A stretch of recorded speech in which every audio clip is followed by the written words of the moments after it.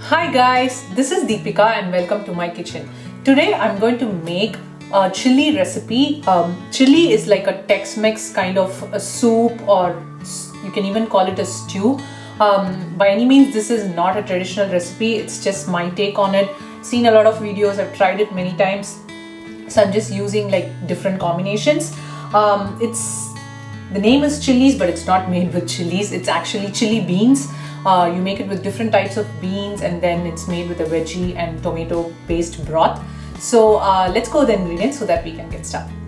I have a mixture of beans here. So this is black beans, chickpeas or garbanzo beans, red kidney beans, or it's also called red beans, and then some sweet corn. So you can either cook the beans, that is soak them overnight and then cook them in a pressure cooker, or however you want to cook it, or else you can buy canned beans, anything you want. But make sure if you're soaking it and cooking it, make sure you soak it well, because since we are adding a lot of beans, you have to make sure that they are well cooked so that it digests properly. So those are the beans required. And then guys, if you don't have black beans, you can replace it with any other beans you want.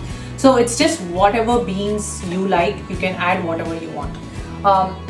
And then I have some finely cut onion here. This is optional. I just like the flavor of onion in it.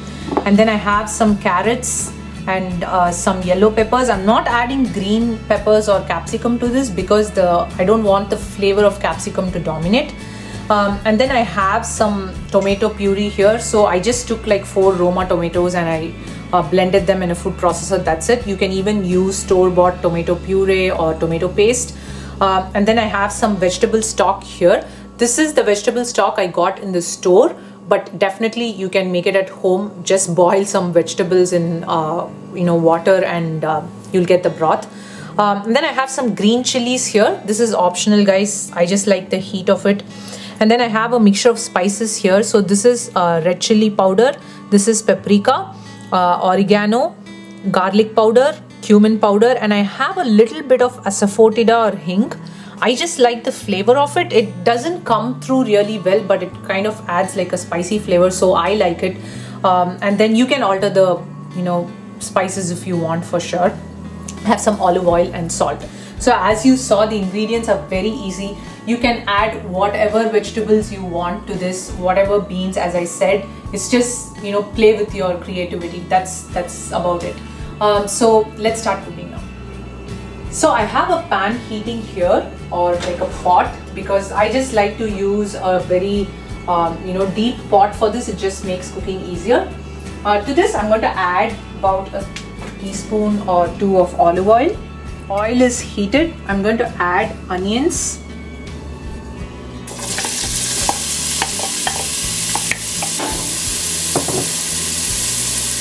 Next, I'm going to add green chilies. Mix this well. I'm going to add a little bit of salt.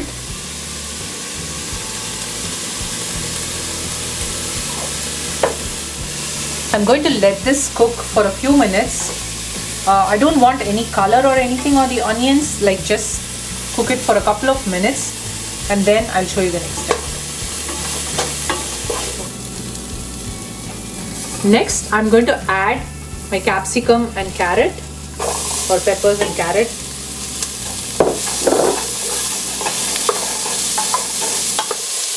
Once I saute the carrots and capsicum a bit, I'm going to add all my spices.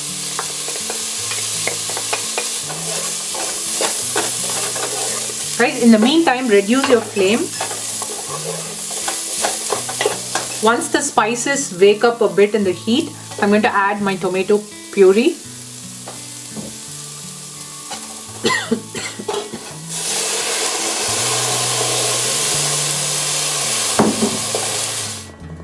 Once I added my tomato puree, I'm going to increase the heat and let this boil well, and the spices and the tomatoes should cook together. I don't want anything to be raw.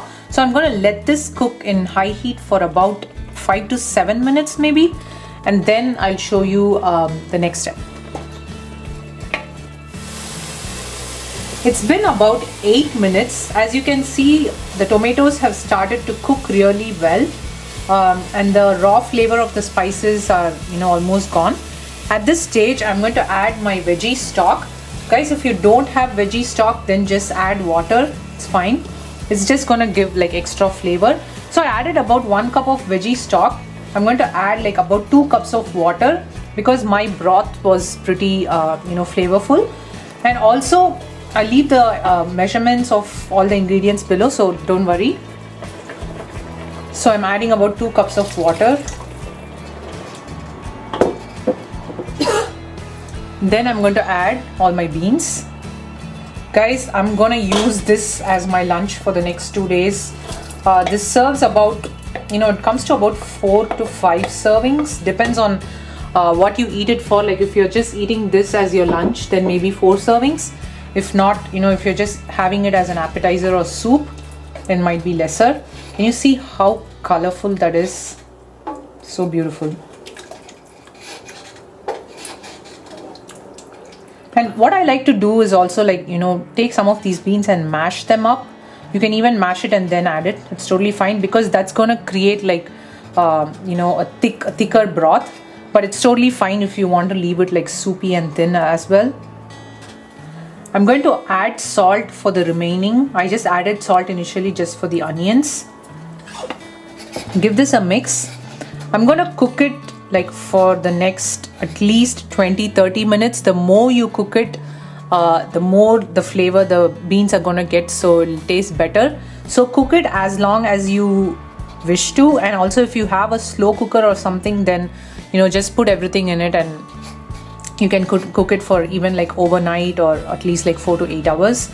So now I'm gonna let this cook, close the lid, cook it in like high for about, you know, how much ever time, until like maybe if the water reduces when you're cooking it in high, add more water and then or broth, and then let this simmer for, you know, in the lowest flame of for about how many hours you want. It's just gonna taste good. So after this stage, I just have a few more toppings to add. So I'll show you what the toppings are, and then when this is ready, we'll assemble our chili.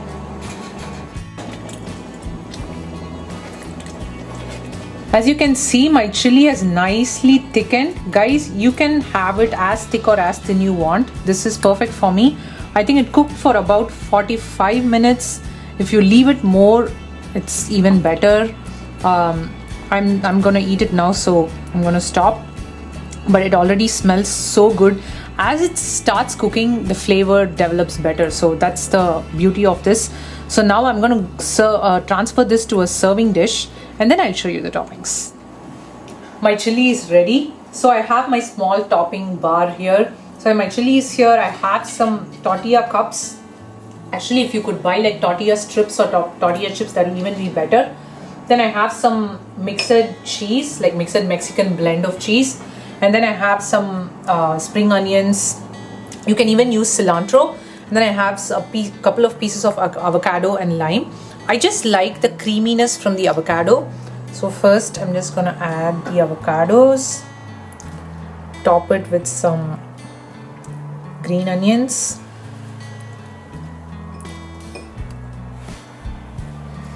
Dash of lime. Guys, you can even use lemon, but since I'm doing like everything Tex-Mex, I'm using lime.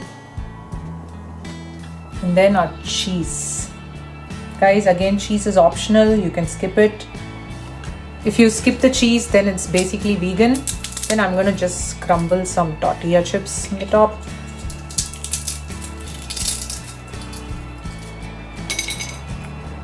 Again, a little bit of cheese. Then again some green onions. You can even add some sour cream to this or yogurt. I just like to keep it simple today because I already have the creaminess from the avocados. Now it's tasting time. Guys, another option, you can even do this, like take a tortilla cup.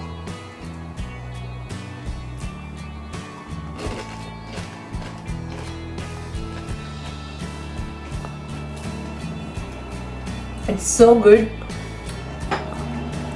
Each time I surprise myself.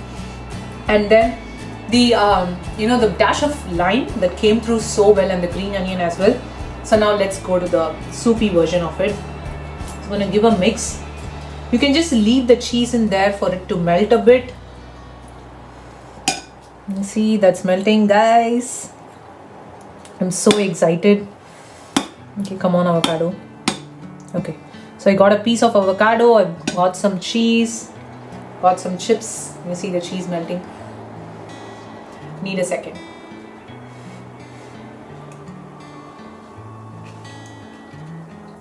That was one perfect bite of chili. The toppings just make it so fresh, and just play with the toppings. Like, I think I am going to add sour cream after this. I can just imagine how it would taste. So I hope you guys enjoyed this recipe. I'm planning to do a Mexican week.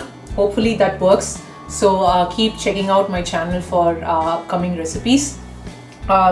Do make this at home and let me know how it turns out. The ingredients are pretty simple and the process is very simple. It just takes time to, like, you know, keep it cooking. So I see you again with another exciting video. Until then, take care. Bye bye. Do subscribe to my channel and like my video and share it with your family and friends. Okay, bye.